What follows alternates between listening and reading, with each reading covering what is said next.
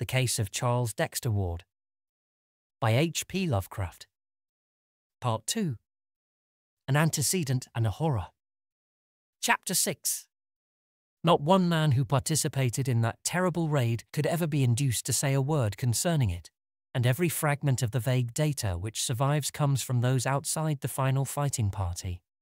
There is something frightful in the care with which these actual raiders destroyed each scrap which bore the least allusion to the matter. 8 sailors had been killed, but although their bodies were not produced, their families were satisfied with the statement that a clash with customs officers had occurred.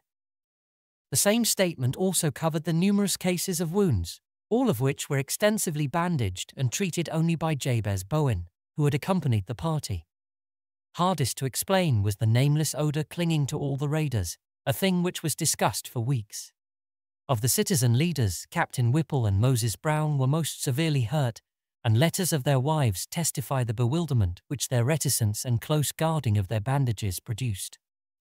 Psychologically, every participant was aged, sobered, and shaken. It is fortunate that they were all strong men of action and simple, orthodox religionists, for with more subtle introspectiveness and mental complexity, they would have fared ill indeed. President Manning was the most disturbed, but even he outgrew the darkest shadow and smothered memories in prayers.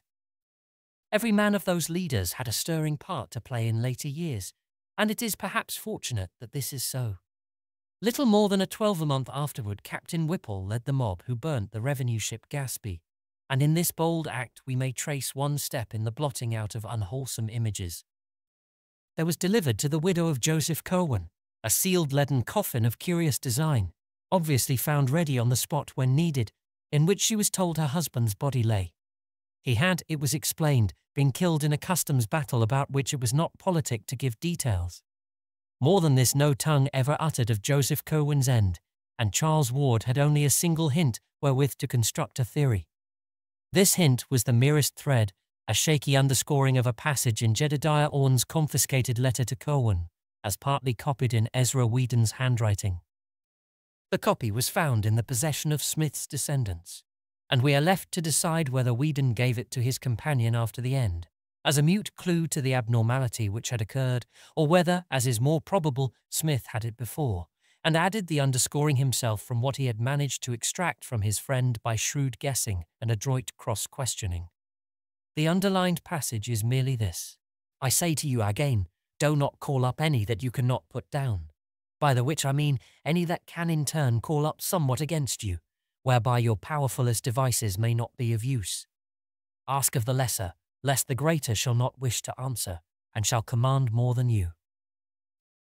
In the light of this passage, and reflecting on what last unmentionable allies a beaten man might try to summon in his direst extremity, Charles Ward may well have wondered whether any citizen of Providence killed Joseph Curwen.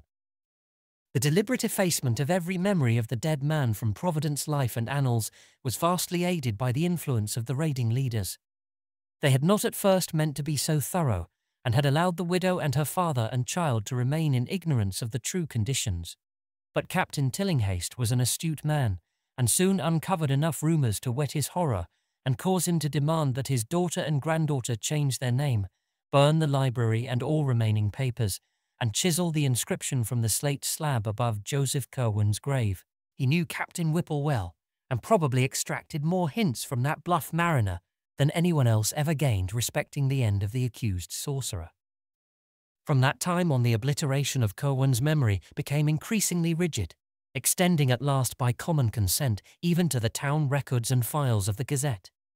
It can be compared in spirit only to the hush that lay on Oscar Wilde's name for a decade after his disgrace, and in extent only to the fate of that sinful king of Runazar in Lord Dunsany's tale, whom the gods decided must not only cease to be, but must cease ever to have been. Mrs. Tillinghast, as the widow became known after 1772, sold the house in Olney Court and resided with her father in Powers Lane till her death in 1817. The farm at Pawtuxet, shunned by every living soul, remained to moulder through the years, and seemed to decay with unaccountable rapidity. By 1780 only the stone and brickwork were standing, and by 1800 even these had fallen to shapeless heaps.